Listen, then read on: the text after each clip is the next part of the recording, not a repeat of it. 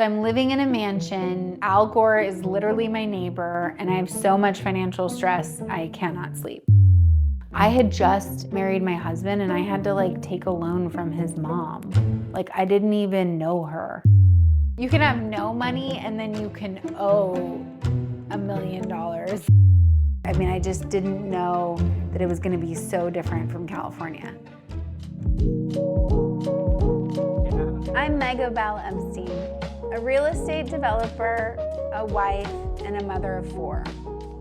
I've completed 10 different commercial development projects ranging in size from 10 million to 100 million.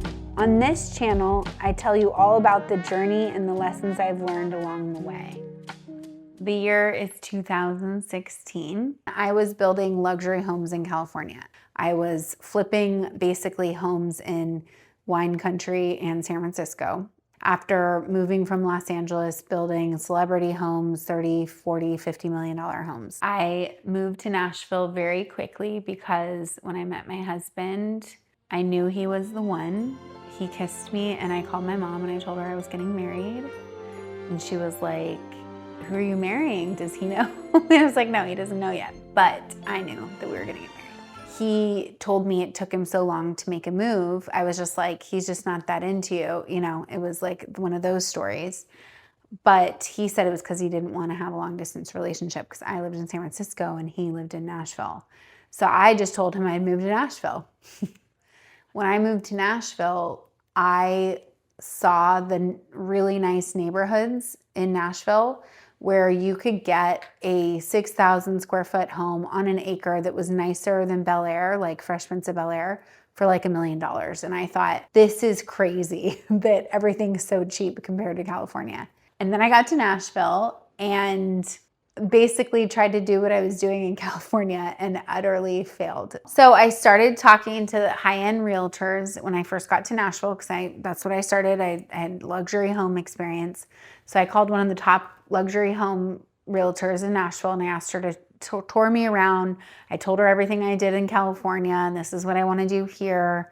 She thought, oh yeah, you know, Nashville's really starting to be on the up and up. Now we're selling $1 million homes here. That was a big deal. She started touring me around and giving me ideas of homes that I could flip and sell. So I found one house that I fell in love with. It was built in the 50s. It was Bauhaus modern, kind of mid-century modern looking. And I thought, oh my gosh, it was all original, like original appliances, like Whirlpool appliances from the 60s that were like powder blue. I mean, it was just impeccable taste, like right out of Mad Men or something. It would be like the Mad Men country estate. And I thought, oh my gosh, if anyone comes here from California, like everybody's moving like me, they're gonna love this house. And there's nothing that's really modern in Nashville and designed really, really well, like I had known in California. I thought, oh my gosh, this is amazing. I'm gonna renovate it. I knew how to renovate it. I had a contractor and I accounted for like Wolf appliances and making it all new and modern. I borrowed the money I needed and I used a high leverage loan. That was, I think, in January of 2016. Then I went off and eloped with my husband and we got married on a sailboat at the beginning of the year. My husband's a big sailor and I had learned to sail in college because I knew I'd always marry a sailor somehow. Don't ask me how. Got married, sailed around the BVI's, came home, and I started flipping this house in Belmead. Of course, like every real estate project, it cost more and it took a little longer. But overall, I pretty much knew what I was doing. I was so amazed at the ease of everything, how nice the subcontractors were. I was used to fighting with subcontractors in California, you know, because it's just so much harder to do business there. They would be commuting from like 2 or 3 hours away to get to your job site. Here it was like everyone was just, you know, decent. It was easy. I remember I went to go get the permit in Belmead and it was like over the counter, like same day. They let me get a building permit to start. And I was just like, really? Like, I mean, you don't need any environmental reports or anything. And it was like, no, I could just renovate a house. I was like, okay, great. So I started renovating it with my contractor, Jose, who's still my contractor on some projects. And we basically, you know, it was a heavy renovation of a home and it had a beautiful pool. I had to refinish every single surface, every single bathroom, brand new kitchens. And then I think it was on the market by the end of the year, and then it was crickets. One of the things I didn't realize was in California, nobody tears down and builds new homes because it's so expensive and it's so hard to get permitting. And I don't know, you just wouldn't do that. But in Nashville, everyone likes brand new everything.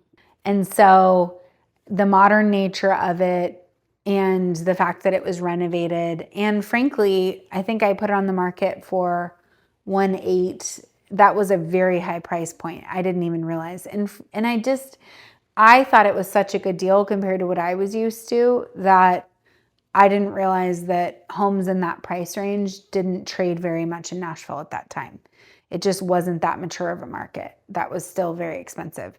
Now that same home, had I hung on to it, would probably be worth over $3.5 million to $4 million by now. At that time, it was a huge, that was a very extravagant home, I guess. I was just very early, which is also wrong, is what I learned. So I was right, but I was way too early, so it was very wrong. And I ended up, it ended up being a tough lesson to learn. We ended up moving in the house because I was paying the mortgage and it was sitting empty, not selling. So I'm just paying, I think it was like $13,000 a month, which was a huge amount of money for me. What was going through my head was like, oh my God, what am I going to do? It was just eating at me every single month. It was like $12,000, $13,000 that I didn't have. I did everything. I tried to, have parties at it to promote it. I talked to like every different realtor about it. I staged it so many different ways. We did artistic photography. I mean, one of our friends was getting divorced at the time. He moved in it with us. Here I am in this big mansion. I'm like subletting rooms because I couldn't pay the mortgage. And I was doing, I think, 3 at once in the beginning. And so I didn't realize it was a bad idea until I was in on all 3 of them and they weren't selling. And then I sort of simultaneously was going into commercial development to dig myself out of it. I mean, didn't realize how much I was failing, especially in the beginning, or that it was going to be so hard to sell. I was trying to make a new home, make new friends. I couldn't even enjoy it because it was so stressful. And I was under so much financial stress. I'd never taken on financial stress like that ever myself. And I just didn't do enough research. I didn't look at the comps. I listened to the broker being like, oh yeah, you can sell this for $2 million. And it just wasn't true at all. I just totally thought it was going to be like my experience in California. And I wasn't really looking at the current market conditions and like actually confronting what it was going to take to sell a project and talking to more people. And, I learned that lesson the hard way of just listening and not looking is not the way to be successful in business and in real estate. You have to do your own looking. So it really took me doing a lot of work on myself, and I use my own specific, form of therapy that I'm very dedicated to and works for me.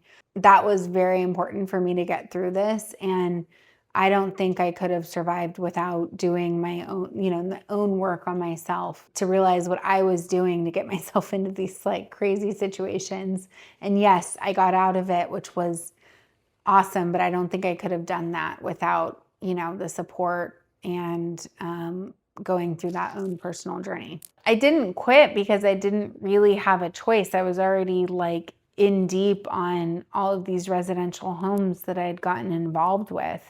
And I had investors. It was a really school of hard knocks way to go around starting real estate development, which is why I try to do these videos and impart things I've learned for younger people and people that want to get into it, because I would never trade being an entrepreneur and trade the life of working for someone. I mean, I just not built that way. But it's not for everybody, and it's really hard won. And yeah.